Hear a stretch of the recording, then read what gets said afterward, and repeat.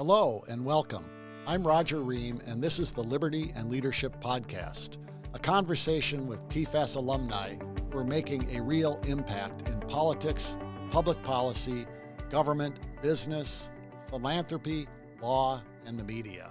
Today on Liberty and Leadership, I'm joined by Nicole Jain, a TFAS alumna who is a leader in promoting human rights and improving educational outcomes. Nicole has dedicated her career to acting as a voice for the less fortunate. Her extensive work has included promoting educational opportunity, women's reproductive health, and mental health. As the author of a children's book on mental health and a member of several advocacy groups around the world, Nicole's work has taken her near and far. Nicole, thanks for being with me today. Of course, absolutely. Thanks for having me.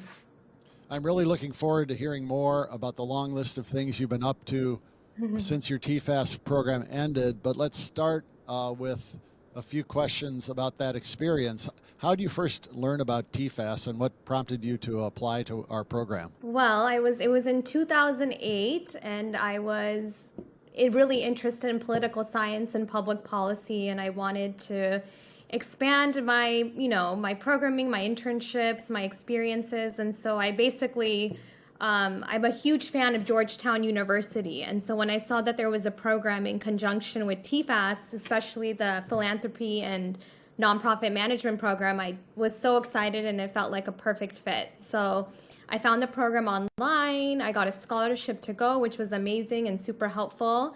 And I interned at American Institute for Cancer Research, kept in touch with all of my roommates. I still talk to them, which is amazing. Four to five different people who are doing very different but exciting things in journalism and policy and whatnot. So you left Washington with a bit of a network then. Yes, with quite a network for sure. I kept in touch with my supervisor and, followed up with mentoring and guidance a few even years after. So it was definitely a great place to cultivate relationships and to be in DC. I love Washington, DC. If I could move there now, I'd move there in a heartbeat. Well, it's about 95 today, so you might want to think twice. That's true. LA is pretty cool right now. So Yeah, good. Well, let's talk about the fascinating things you've done in still a relatively short career. It's amazing. The most recent that came to our attention was this book you co-authored with your brother called A Mental Health Journey, Our Mom, Our Superhero. It's a fascinating story. You wrote it for people of all ages, really, but with a particular eye toward helping young people understand the issue of mental health. And I assume thinking that it may be their own mental health as well as a parent or a friend or someone they know. Could you talk a little bit about the origins of that and the decision to write that book? Because it had to be difficult given the subject matter.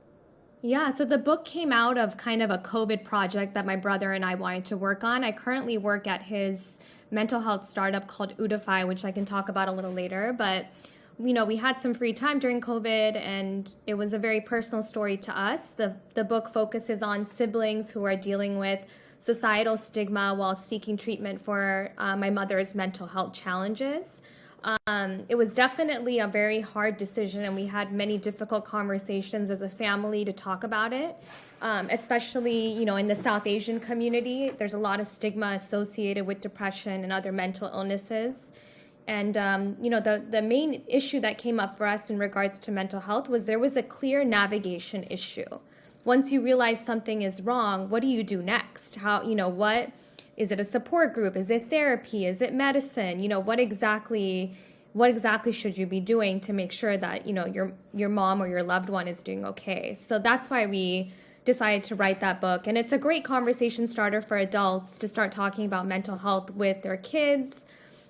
The book also has some really great definitions of words like stigma, depression, mental health, support groups, and it was actually also endorsed by Ron Artiste, Meta World Peace, who did he was a great leader in the mental health space years ago. He cited his psychiatrist for helping him, and he brought mental health to the forefront of athletics. So for him to talk about our book It was amazing. And the last thing I want to add is it wasn't just about our experience. We interviewed countless doctors, therapists, young parents to make sure that it was based on evidence and not just an anecdotal experience. So that's kind of how the book came about. Well, that's interesting. A COVID project, you called it, I think, and a lot of people decided to go buy a dog. You wrote a book that is helping people today. And are you finding that it's finding its way into schools, into doctors' offices, into the places Oh that yeah, people need it? I'm glad you brought that up. We've definitely sent it to a lot of private practices of therapists. One really great thing we're doing is I went to USC, the University of Southern California, for undergrad, and we're partnering with elementary schools that are neighboring the USC campus, and we're training college students to implement a lesson plan that goes with the book. Oh, So, which is wonderful. really exciting. Yeah. Yeah. So we're donating a ton of books to so many different schools and then training these tutors on how to actually talk to kids about mental health. So that's a big campaign that's coming up in October, which we're so excited about. USC has been amazing in supporting our book. And again, I have to say, it's really all about cultivating relationships. Like, I still keep in touch with my college professors, my supervisors, and they're the ones who really like gave me the partnership and the introduction to actually do these things on the ground. So it really feels like the dots got connected when implementing this project, for And sure. are those initiatives you just mentioned part of this Udify? Yeah, it's in conjunction with Udify. So Udify, I'm actually the director of strategy for this mental health company, and the vision of the company is to lift up and nurture sustainable human mental health. So it's a digital hub that provides help with the navigation issues surrounding mental health. We offer clinical and subclinical services to nonprofits, universities, college students, and hospitals. So we staff up based on the population that we're working with. So it's been a wonderful experience, and yeah, it has been an extra journey for me on top of working in education as well. Yeah, I should mention your co-author, and your brother is Ravi Sharma, and Yep, that must be interesting to work with your brother on in this new company, and that's a for-profit, is it? correct. Yeah. Yes. Good, good. Well, Yeah. that's great how this ties together so well, and it is a family Yeah. thing. Is your mother a part of the promotion of the book, or helping? She's a little shy. Yeah, She gets, she's a little nervous when we brought it up and talked to her. She was like, "Well, what am I going to tell my friends? Like, we didn't talk about. I didn't say anything to my friends, yeah. and like, what am I going to do?" So it was kind of she's a little shy. It's more both of us that are leading the effort, but I think she's realizing how important it is and what great feedback we've gotten. To be honest, she's in full remission. She's been great Yeah, for the past wonderful. 5 or 6 years now. So we're super lucky and happy that she's doing well. Well, as I recall in the interview you did with my colleague Jen Stanglin, you did mention that after some thought, your mother had responded that if this book will help even one family, it's worth Yeah. doing, and that's just a great attitude on her part. Yeah, she's amazing. She's a gem. So we're so excited that she was on board. So, Yeah. and then I would just add, before the mental health company that I'm helping my brother on, I was very involved in education policy and working. I worked at Chicago Public Schools on the portfolio team, and then I worked at LAUSD on their policy team. So that is my main passion: education policy and leadership. And that I take it as not only had you involved in things in Chicago and in Los Angeles, but in India as well. Oh yeah. So another big lesson I would give to TFAS students is to continue to intern and work and study abroad. In 2007, a year before working at TFAS, I worked in India, and I worked at a really small government primary slum school. And within 6 weeks, we were able to teach kids conversational English. We were able to turn the school around and provide health care by partnering with local hospitals. It was such a fantastic opportunity, and I felt that within 6 weeks we were able to turn around the school so quickly. I was like, wow, with all the resources that we have in the States, there's so much potential that, we're so lucky and fortunate with the schools that we have here compared to, the population that I was seeing in India. that I became super passionate about dedicating my career to education because of my experience interning abroad.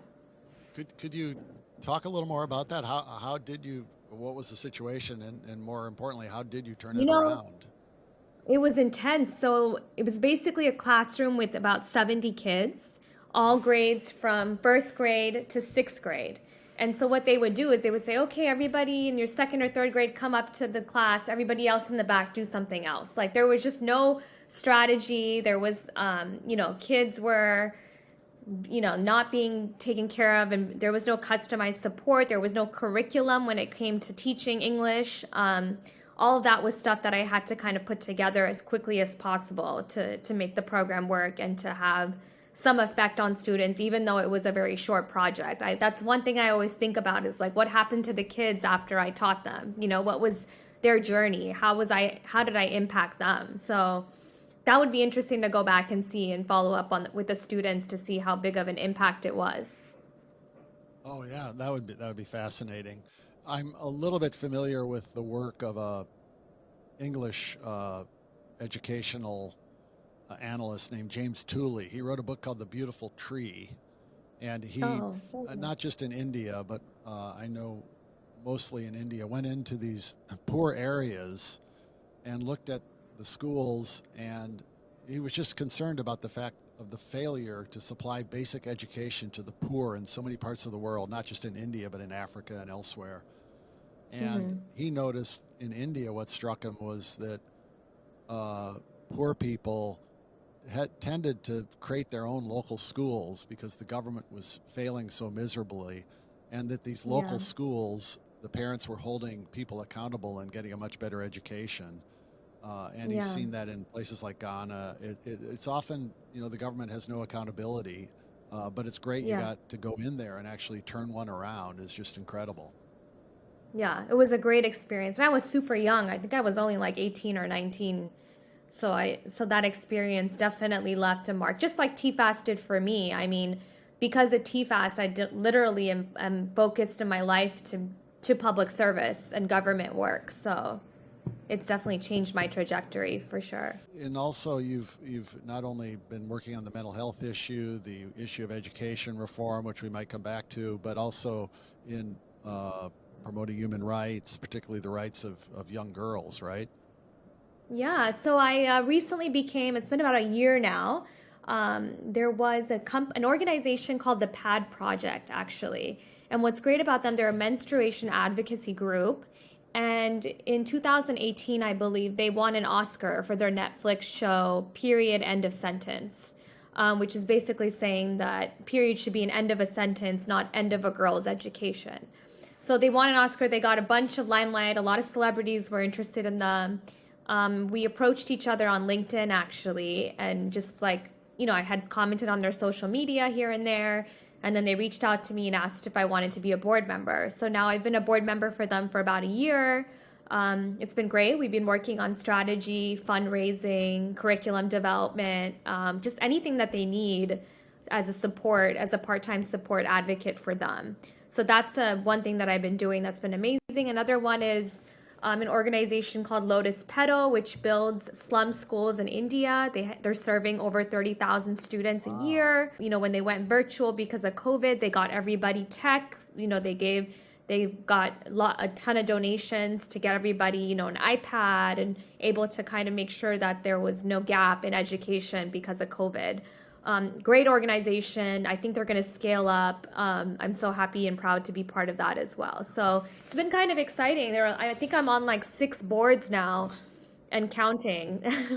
And I just get so excited about it because they're all social impact organizations. They provide me with an outlet to be super creative around these type of social impact projects too. What's the geographic focus of the PAD project? So they focus internationally, where one sector is internationally where they place menstrual machines for women in India to make their own pads and sanitary items, and make sure that they're financially independent in their community, and they're providing all these resources. So that's one. The other one is domestically. We have grants that we give to nonprofits. So it's a competitive process, but we give grants to multiple different nonprofits and foundations that we raise money for. We're definitely the leader in reproductive health right now, I would say. And I might be mistaken on this, but are you working on a documentary? Yeah, I am. So I'm producing a film with some USC students that approached me. Oh, We're working with an organization called Sahara. It is a domestic violence organization that focuses on providing support for women who were abused physically and mentally. So we're creating a documentary on them, talking about these women's incredible stories and how Sahara is really impacting their lives, from immigration and legal services to education support to food to basic items to schooling for their kids to a shelter that's confidential and make sure that we care about the safety of young women. So yeah, that's been a great project. It's been very energizing to work with college students. I feel a little old hanging out with them, but I'm trying to look young and trying to keep up with them. But it's been a great passion project, and our trailer should be ready by November. So I'd love to share it with you wonderful. once it's Yeah, done. I don't know when you find time to sleep with all that you're doing. On this Lotus Petal, what's their focus? Is it just India? Yeah, Yeah. right now it's just India. It's in a town called Gurgaon, and they focus on just providing different education opportunities as well as healthcare. That's a really big initiatives that they have to make sure that kids are healthy, and not only the kids but their family members are healthy as well. So it's a great initiative, and I think it's a very scalable program in India. Like you said, it's not a government program or government funded, it's private. Yeah. A lot of donors in America, South Asian donors especially, have been keeping the program alive. That's wonderful to hear. The origins of this program you attended of ours on philanthropy and voluntary service were that were really stemmed from one of our founders who died in 1998, David Jones, and Mm, he really strongly believed in philanthropy, particularly the kind you find locally, where people voluntarily give money and roll up their sleeves and go to work in voluntary organizations to try to make a difference, to try to solve problems. And when he died in yeah. 1998, our board moved to create that program. And we initially did it at Indiana University in Indianapolis, at their Indianapolis Okay. campus. And the reason we put it there is we worried that if we did it in Washington, D.C., kind of the whole focus would be on top down solutions from the federal government. See a problem, let's Yeah. lobby Congress to pass a bill and fund it. And instead, we wanted to put an emphasis on the kinds of projects you're involved in that are, let's go to work to solve a problem here, and we have women who are being abused. Let's shine light on it. Let's provide them services to help improve their Yeah. lives. And with the Pad Project, the Lotus Petal, this is just, I think, David Jones, if he were alive, would say this is exactly the kind of thing I wanted to see happen Oh, with this program. So I applaud you for all that you're involved in the community and in public service. thank you. Honestly, I feel like it just, I'm happy to give back, and I have been this year I participated for the first time in the mentorship Oh, program with wonderful. TFAS. So I mentored a really sweet girl, Jada, and helped her with her resume and with her cover letter and all of that. So it's been great to give back to those students. Because, when you're in the program, you don't realize the impact of it in your life later, until later. Yeah. You're just kind of going through the motions. You're complaining about your internship. You're complaining about some of the classes in the professional development. But then when you go back to it, like I have some of my old essays from the Georgetown program, and I'm like, wow, this is incredible that I can see what I was thinking when I was so young, and what the process and the experience was like. Yeah. So it's pretty Yeah, fascinating. that's wonderful. Let's go back to the book for a minute. A mental health Yeah. journey. Uh, I don't know how you measure the success of a book like that, uh, but I assume it is in knowing that it's getting into the hands of the right people when they need it. Yeah. How do you get it into schools? Is that a tough process? So far, we've only partnered with USC to get that done and start that process. The second thing I'm trying to do is work with school districts, with the experience that I have working at different school districts, to see if we can get a bulk order in, and see if it can be something that's actually part of the curriculum for like a sixth or seventh grader. That's something that we're thinking about, but it's kind of it's a tough process to break into. I mean, you know, it's something that we need to continue to network with different districts and curriculum providers to see if that's something that can, the book can go viral and whatnot. So Yeah, yeah. that's something we're trying to work on for sure. Do you have another book in you think? Anytime soon? I was thinking about, I had told my husband recently, I was like, I kind of want to write a book about like turning around low performing schools. So something a little more research Yeah. heavy, try to do something in conjunction with maybe one of my Harvard professors or something. But I would love to write a book about like, how do you take a low performing urban school district and just in the most creative ways possible, how do you turn it around? Yeah. Like, what are the steps to take to do that? And how do you Yeah, measure? I think that's much needed, and I do recommend this work by James Tooley. His book, The Beautiful Tree. It's less about urban schools. It's Yeah. more about places in India where people are very poor. Some urban areas, of course, but where they really work to build schools that'll educate their kids. He did a lot on Ghana, and there was a documentary about his work too. How do you turn around urban schools? Have you figured it out? I mean, I don't I know. know I it's don't more than think I. just money because often there's a lot of Yeah. money available, but accountability has to be Yeah. part of it. Not and I say that because I think that applies not just to educational outcomes, but kids Yeah. who grow up in homes where they don't have any expectations.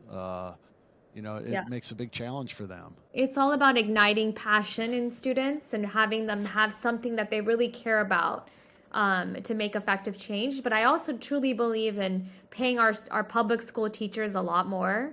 I believe, there's a program for lawyers, there's a program for doctors. Like, why don't we have a 3-year intensive program to become a teacher and to be a teacher and to stay in the classroom? That should be incentivized.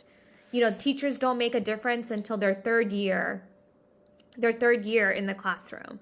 So, and a lot of them leave right after their second year. I'm sure you've heard of the program Teach for Yeah. America, but that is kind of the main issue with Teach for America. It's only a 2-year program, and then students leave, and there's no sustainable process to continue the education of these students, and it's just not sustainable. So I really believe that there needs to be a better and more rigorous teacher recruitment process. And then, on top of that, they need to be funded just as well as lawyers are and doctors are. I mean, they're the future. They're the ones who are teaching our future doctors, future lawyers, future everything. So it's just, I think, putting money where it's needed, I think, is very important, especially for people who are selfless enough to pursue a teaching career. Yeah, I think there's an issue too, at least with some teachers I know, that have that passion for teaching, and then they find, and it might be one reason there's such a high turnover that you're pointing to, that they quit after a year or two, is there's so much bureaucracy above them that tries to control what they can do in the classroom, and they can't use their Yeah. judgment to teach in the way they think is most important for the students. And I was fortunate enough after USC, I knew exactly what I wanted to study. I knew I wanted to be in a central office and I wanted to turn around schools. So right after undergrad, I went straight and got my master's at Harvard, and focused on turning around schools and central offices. That was like my main thing that I was super interested in. I mean, it's really cool. Harvard's education school, they have an amazing curriculum where they have multiple case studies on different central offices, and they talk about leadership, they talk about turning schools around. It's a great, I mean, the amount of, I felt like, customized support I got in trying to learn about strategy and persuasion and all these different things, it was pretty incredible. And I think my Harvard education supplemented my passion and also provided me with an avenue to become an expert in a field, and to support and to be in a niche field, which I learned a lot from. So that was a great experience as Yeah, I well. did hear something just this week.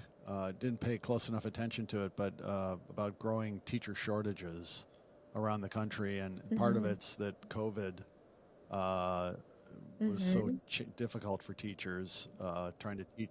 Especially in rural Yeah, rural is that populations, right? And especially. teaching Yeah. online to a class of kindergarten kids must be a real challenge, which is what my daughter faced. She's a kindergarten teacher, and she never met Oh her wow. students in their 6 years old or 5 years old. It was a really challenge, which she didn't enjoy, which is Oh my God. difficult. And so, Is she back in the well, classroom she's now? not, but she had a baby, so that's why. So, Oh, okay, that's a legitimate excuse.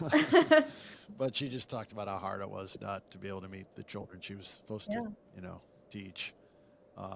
So you've stepped away a little bit from the education topic, but it's something you want to return to, and you're not that you. Yeah, absolutely. I'm actually currently looking for my next full-time role in education right now. So I'm kind of pivoting from mental health and going back to education policy. That's my true like love. That's what I'm really excited Yeah, about. yeah.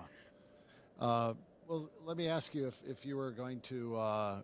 You said you were a mentor this summer, which we appreciate a lot. The students love the mentoring program. Uh, and you gave advice to Jada. But what kind of general advice would you give to, a young person who comes through our program today? Not too many, about 15 years removed from when you did it, and they are passionate about public service, about trying to make a difference in the world, and they may choose a Mhm. career like you did in more of the nonprofit service area. They may even go into business careers, but still looking for ways to make a difference in that regard. Do you have advice you might offer young people as to how to kind of figure out what their passion is and what direction to go in their career? Yeah. Yeah, I mean, I think relationships and cultivating relationships of people that you meet throughout your life is something that's really important. So, two things. One is, I told Jada too, I said, I want you to make a list of all your supervisors, all your professors that you really enjoyed, and all of your close colleagues and friends, and put them all on an Excel sheet and keep in touch with them and put down, I contacted them in June and now it's August. Maybe I can ask a question about this, or maybe they know something to support me in this way. I think that's really important to keep all of your relationships, close and continue to add in kind of like a Rolodex. The second thing that I did that I thought was really helpful is while I was at USC, one of the class assignments was to cold email somebody that you would want to be in the next, when you're 15 years out. So that's something that was really cool. So I cold emailed like, board members in education or at LAUSD. I cold emailed like people working at the Department of Yeah. Education. And I just asked, I said, can you be my mentor? Like, I'm really interested in doing what you're doing in the future. What can I do now to set myself up for success to be like you? So I think it's training the next generation to learn from each other and especially learn from elders who have so much wisdom to pass on like yourself. I think that's probably my biggest advice is to don't be afraid to ask for mentorship. People actually like being mentors, and if they don't, then they're not the right people to have in your life And anyway. did you get a good So response from those cold emails you sent out? yeah, I did. I mean, I keep in touch with John King, who was Obama's department head of education. He was the Secretary of Education for Obama. I keep in touch with him. I bother him like once every 6 months just to tell him what I'm doing and asking him for advice. So yeah, I think it's definitely a very useful tool. And kids shouldn't be afraid to ask and to learn from their mentors. So that's the biggest advice I would give. Yeah, that's very sound advice. So it reinforces the mentoring program that we do here. And do you love that mix you have of both U.S. based work and overseas work? That's something I think we're finding is more and more of the students coming to our program are looking for those international opportunities. Yeah. And some of it's in diplomacy and the foreign service and security type issues, but a lot of it's in the NGOs internationally. And you've managed to blend the two, but is that Yeah, something you think absolutely. works really well?